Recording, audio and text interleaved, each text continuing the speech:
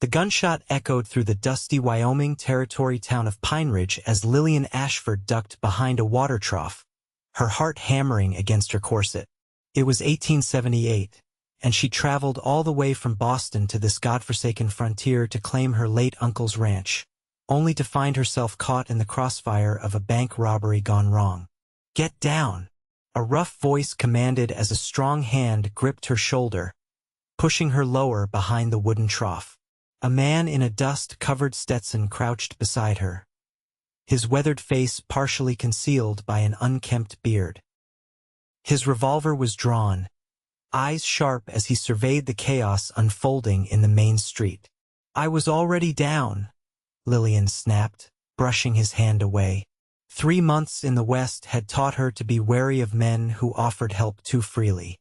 "Suit yourself, madam," he muttered, his attention fixed on the bank's entrance where 2 masked men were backing out, bags clutched in their hands, guns waving wildly.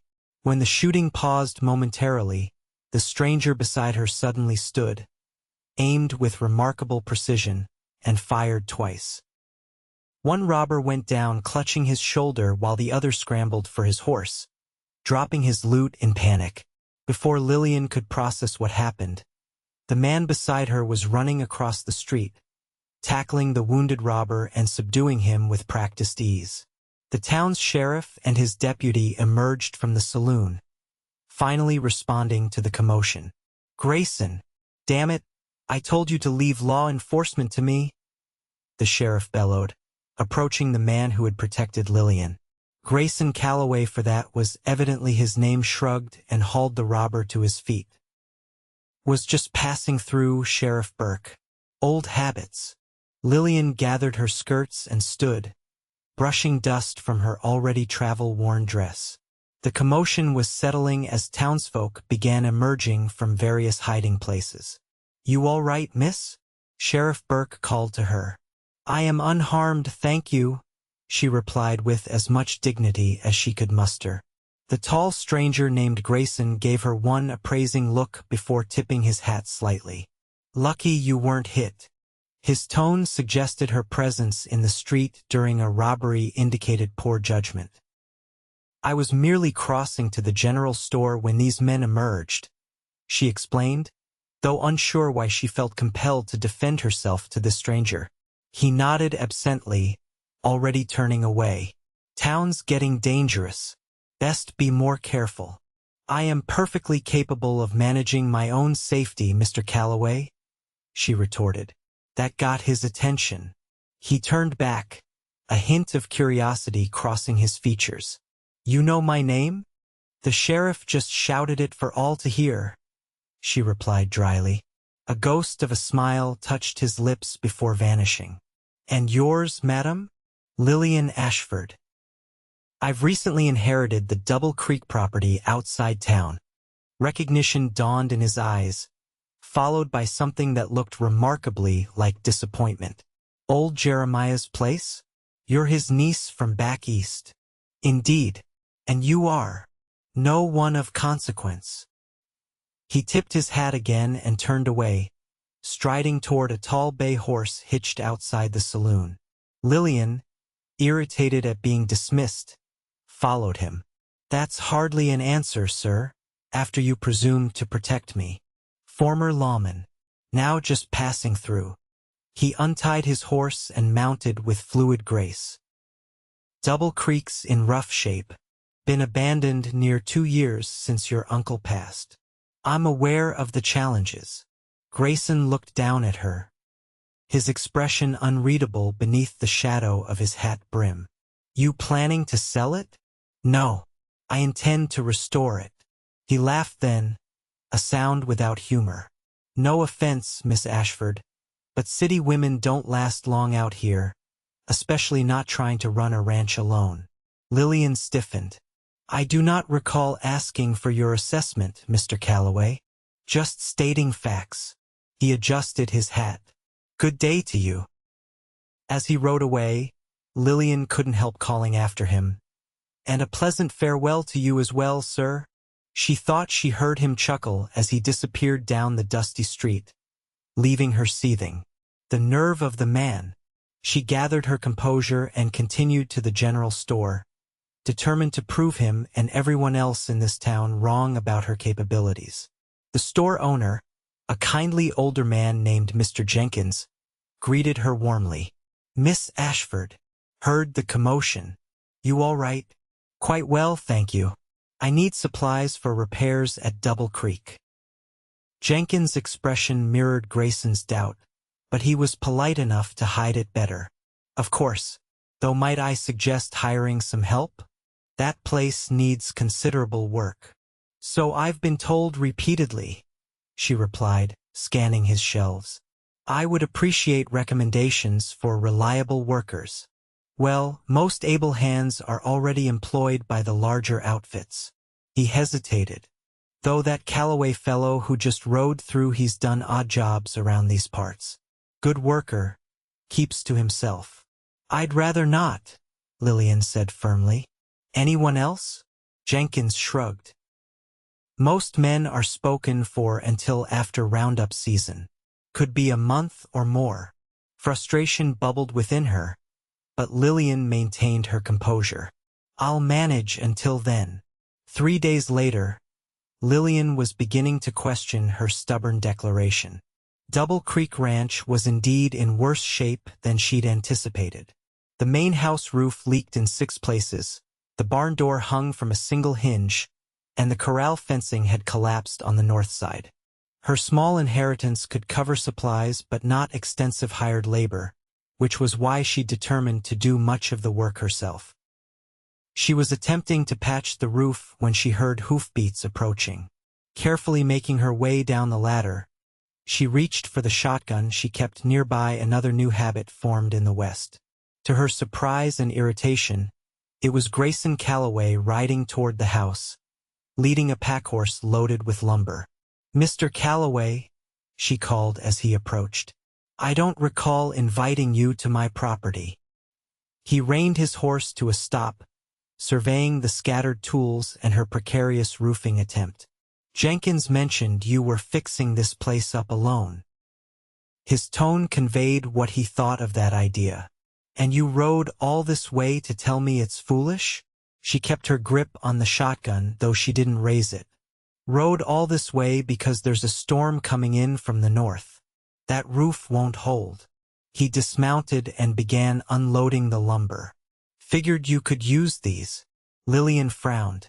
"I don't accept charity, Mr. Calloway." "Not charity. Jenkins put it on your account." He gestured to the roof. "Your technique is all wrong. Those patches won't hold a light rain, let alone what's coming. And I suppose you're an expert on roofing as well as law enforcement?" "Built my own cabin 15 miles north." He removed his coat and rolled up his sleeves. "Let me fix it properly, or you'll be swimming in your bedroom tonight." Lillian wanted to refuse but glanced at the darkening northern sky. Pride was one thing, practicality was another. "I can pay you for your labor." "Don't need payment, just passing the time." "I insist on compensating you properly." He shrugged. "If you're determined to part with your money, we can discuss it after the roof's fixed." For the next 4 hours, they worked side by side. Grayson was efficient and skilled, showing her proper techniques without condescension. By late afternoon, dark clouds were rolling in, but the roof was secure. "Should hold now," he said, climbing down the ladder. "Barn still needs work, but at least you'll stay dry tonight." Thunder rumbled in the distance as Lillian offered him coffee. They sat on the porch, watching the storm approach. "Why did you really come?" she asked finally. He studied his cup.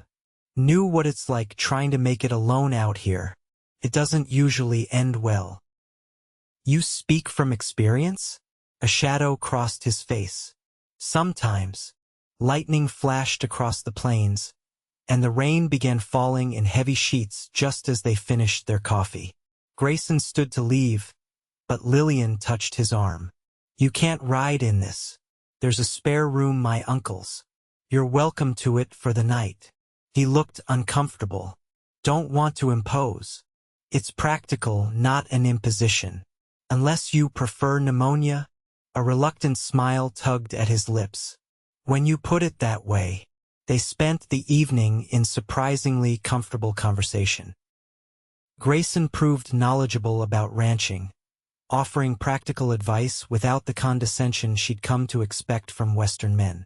Lillian shared her reasons for leaving Boston, a broken engagement to a man who proved unfaithful, and the stifling expectations of society that offered her no meaningful purpose. "So you came west to find purpose?" he asked, stoking the fire. "I came west because it was the furthest I could get from Boston with the money I had," she admitted. "The purpose came later, when I realized this land could be something of my own making." He nodded, understanding in his eyes. "Freedom's worth the hardship sometimes." "What about you? Jenkins mentioned you were a lawman?" Grayson's expression closed off. "U.S. Marshal. For a time. And now I keep to myself. Safer that way." "For whom?" His eyes met hers, darkness swirling in their depths. "For everyone." The storm raged throughout the night, but Lillian slept soundly, comforted by the knowledge that her roof was secure, and though she was reluctant to admit it, by the presence of another soul in the lonely house. Morning brought clearing skies and an empty guest room. Grayson had left before dawn, leaving only a note. "Barn door fixed. Check the north pasture fence, it won't hold your cattle come winter." No signature, no farewell. Lillian felt an unexpected pang of disappointment. She told herself it was merely the prospect of facing the endless repairs alone again. Over the next 2 weeks, Lillian worked from sunrise to sunset. She hired a local boy, Tommy Wilson, to help with daily chores, but the major repairs remained daunting. Just as she was contemplating selling off some of her uncle's remaining cattle to hire proper help, Grayson appeared again, this time with fencing materials. "North pasture," he said by way of greeting, as though they'd arranged this visit.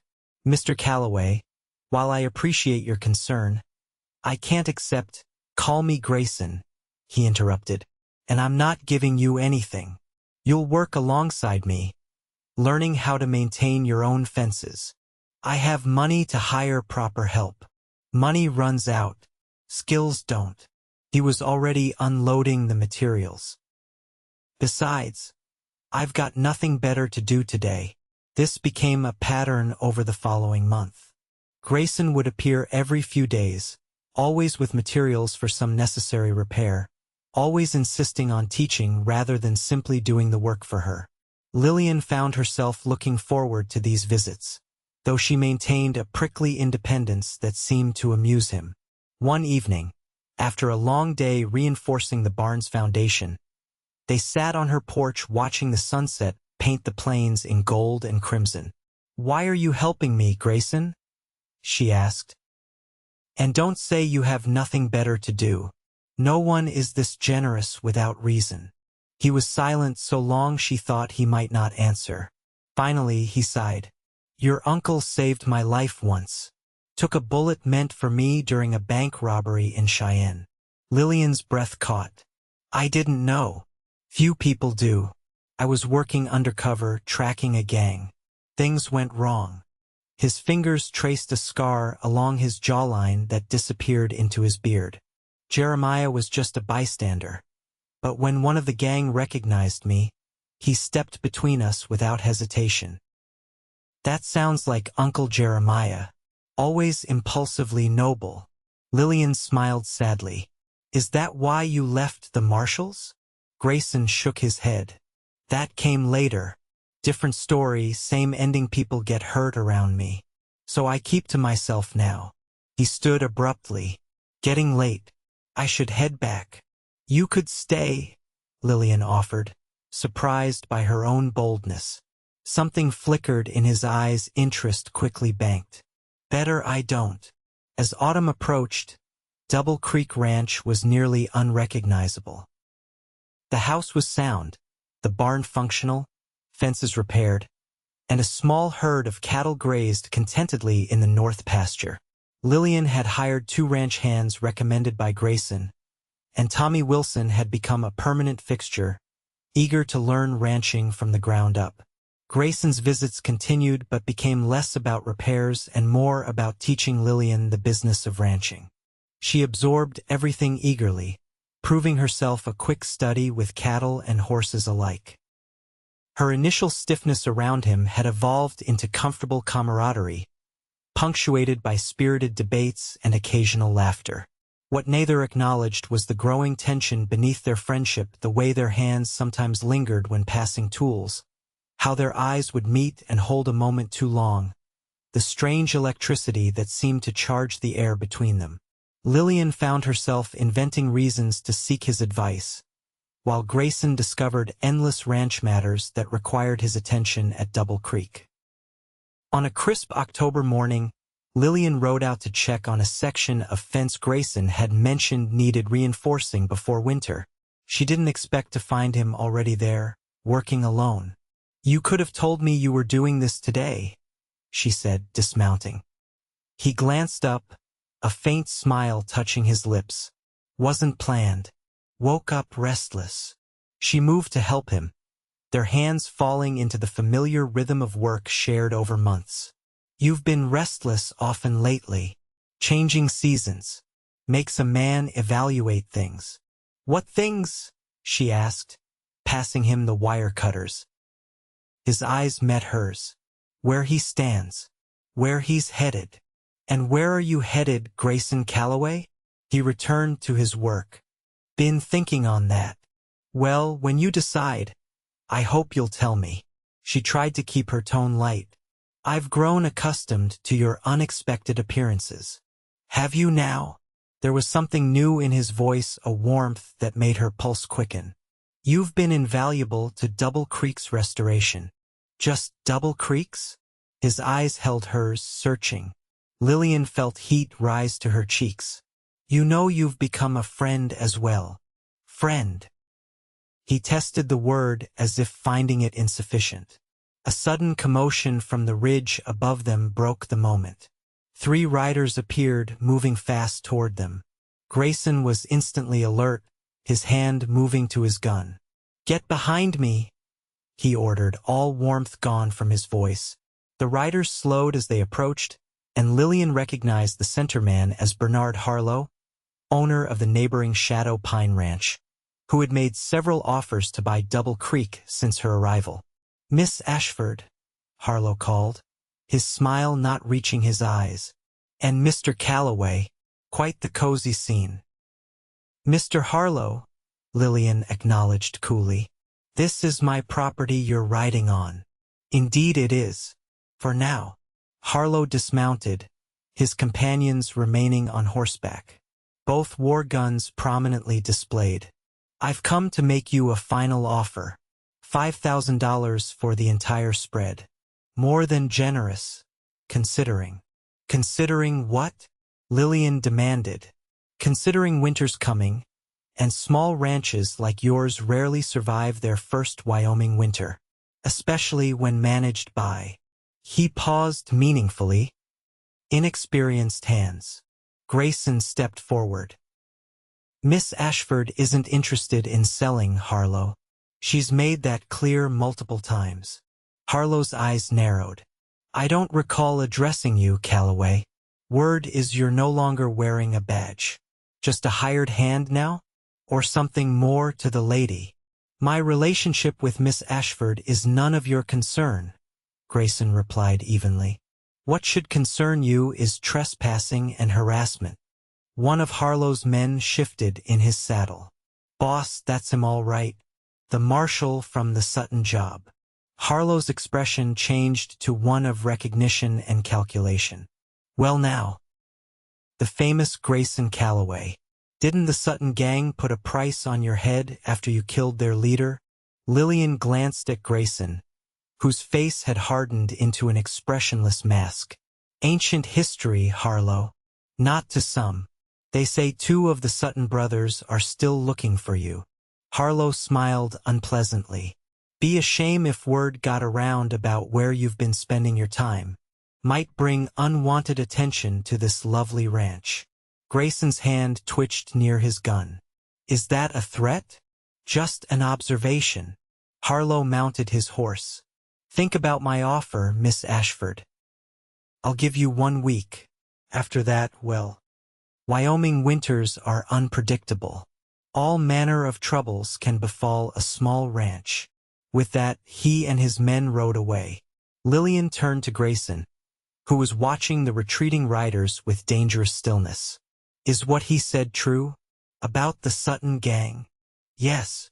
His voice was flat. Though they're not likely passing through Wyoming territory these days. But they might if they learned of your whereabouts? He finally looked at her, his expression grim. It's possible. And that's why you've been passing through for months without actually leaving? You're hiding. Not hiding. Just being cautious. He ran a hand through his hair. This is exactly why I keep to myself, Lillian. People I care about become targets. The admission that he cared hung in the air between them. I'm not afraid of Bernard Harlow or the Sutton gang, she said firmly. You should be. Men like that don't make idle threats. He gathered his tools. I should go. Running away? That's your solution. He turned to her, anger flashing in his eyes. It's not running. It's protecting you. I don't recall asking for your protection. No, you never do. His voice softened unexpectedly. That's part of what He stopped himself. Part of what? She pressed. Nothing. It doesn't matter. He mounted his horse. I'll send word to Sheriff Burke about Harlow's threats. In the meantime, keep your hands close to the house and your shotgun closer. Before she could argue further, he rode away, leaving her frustrated and worried in equal measure. Grayson didn't return the next day, or the one after. By the third day, Lillian was both concerned and irritated. Had he truly left because of Harlow's implied threats? She rode into town, ostensibly for supplies, but really hoping for news of him. Jenkins' store was busy when she arrived. She wandered the aisles, gathering items while eavesdropping on local gossip. A conversation near the counter caught her attention. Calloway's cabin. Found it empty, like he'd left in a hurry. Good riddance, I say. Man brings trouble wherever he goes. Sheriff says he left a letter, though. Something about warning off Harlow from the Ashford woman's ranch. Lillian moved closer, pretending to examine fabric bolts. Think he's gone for good this time? The first man asked. Hope so. Suttons ain't the only ones with a grudge against him. Remember that business with the Hayes gang over in Dakota Territory? 3 men dead, including the judge's nephew. Some say Calloway fired first. Others say he was framed. Either way, he's trouble. That Boston woman's better off without him hanging around. Lillian had heard enough. She completed her purchases quickly and rode back to Double Creek, her mind racing. Grayson had apparently left the territory to protect her, he would claim, but it felt remarkably like abandonment. That evening, as she sat alone on her porch watching darkness claim the land, she heard riders approaching. Her hand moved to the shotgun beside her chair, but it was Sheriff Burke who emerged from the twilight. Evening, Miss Ashford, he called, dismounting. Hope I'm not disturbing you. Not at all, Sheriff. What brings you out this way? Burke removed his hat, fidgeting with the brim. Got some news I thought you should hear directly. Calloway left town. So I gathered. Rather abruptly. Yes, madam. But he left this for you. He extended an envelope. Asked me to wait 3 days before delivering it. Said if trouble came, it would come quick. Lillian took the letter, her heart quickening despite her anger. Has there been trouble? Nothing yet, but I've got my deputy keeping an eye on Harlow's outfit. They've been gathering men more than needed for regular ranch work. You think they mean to act on their threats? Burke shrugged. Can't say for certain, but I'd advise keeping your hands armed and alert. After the sheriff departed, Lillian opened Grayson's letter with trembling fingers. Lillian, by the time you read this, I'll be well away from Double Creek. Not because I fear Harlow or the Suttons, but because my presence puts you in danger. I've made enemies in my years as a marshalman who wouldn't hesitate to harm those close to me to exact their revenge. I realize now I've been selfish, staying near you these past months. I told myself I was honoring a debt to your uncle, but the truth is simpler and more complicated. I've never met anyone like you. Your determination, courage, and fierce independence have awakened feelings I thought long buried. But I've learned the hard way that a man with my past can't offer a future to anyone. I don't need anybody in my life, it's safer that way. For everyone. The ranch is strong now, as are you. You'll weather whatever comes. Stay vigilant. Trust Burke if trouble arises. Lillian read the letter twice more, anger giving way to understanding and then to determination. He thought he was protecting her by leaving, but he'd only made her more vulnerable. The following morning, she rode to town and sent telegrams to her cousins in Denver and her attorney in Boston. If Harlow wanted a fight, she would be prepared. By evening, she had organized her ranch hands into regular patrols and moved valuables to a hiding place beneath the floorboards. For days passed without incident. Lillian began to hope Harlow had been bluffing, but on the fifth night, she was awakened by urgent knocking. Tommy Wilson stood on her porch, breathless. "Miss Ashford. Riders coming from the east, at least a dozen. Jim's gone to alert the other hands, but they're scattered on patrol." Lillian dressed quickly, loading her shotgun and revolver. "Get to the barn and saddle horses. We may need to make a fast departure." By the time she stepped onto the porch, she could see torches approaching across the eastern pasture. Sheriff Burke had promised to send help if trouble started, but Pine Ridge was an hour's hard ride away. The riders came into clear view, 15 men, Harlow at their head. They formed a semicircle before the house, several carrying torches, all armed.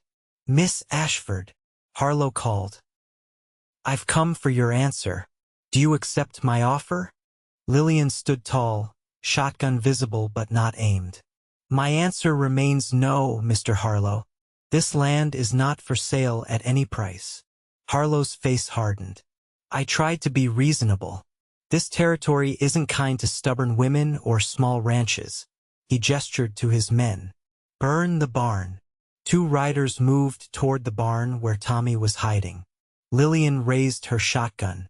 "That would be unwise, Mr. Harlow." "What are you going to do, Miss Ashford?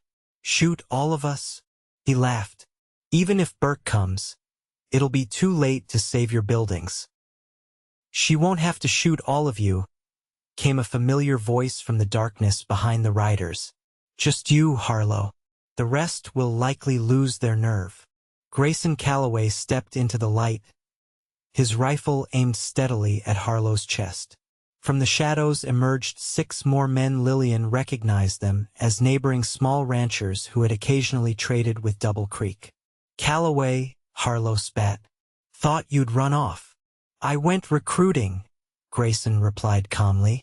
"Turns out you've threatened or pressured half the small ranchers in the county. They're not fond of your business practices." Harlow glanced around, noting his men were now outnumbered and surrounded. "This isn't your fight, Calloway." "Seems it is." Grayson moved closer, keeping his rifle trained on Harlow. "Here's what's going to happen. You and your men are going to ride away. You're going to forget about Double Creek Ranch. And if I hear you've threatened Miss Ashford or any other small rancher again, I'll personally ensure the territorial governor hears about your methods of expansion." "You've got no authority anymore," Harlow sneered. "Don't need a badge to file a complaint, or to defend what matters." Grayson's voice hardened. "Your choice, Harlow. Leave peacefully now or I start shooting. Unlike you, I don't miss." For a tense moment it seemed Harlow might challenge him. Then, with a curse, he signaled his men to withdraw. "This isn't over, Calloway." "For tonight it is," Grayson replied evenly. As Harlow's men retreated, the neighboring ranchers introduced themselves to Lillian, explaining how Grayson had united them against Harlow's increasingly aggressive land grabs. Soon they too departed, leaving Lillian and Grayson alone on the porch. "You came back," she said simply. "Couldn't stay away." He set his rifle down. "Realized running wasn't protecting you, it was leaving you vulnerable. So you organized an alliance instead of facing Harlow alone? That's unexpectedly diplomatic for a man who claims he doesn't need anybody." Grayson's lips quirked. "I'm learning there's a difference between needing and choosing." He stepped closer.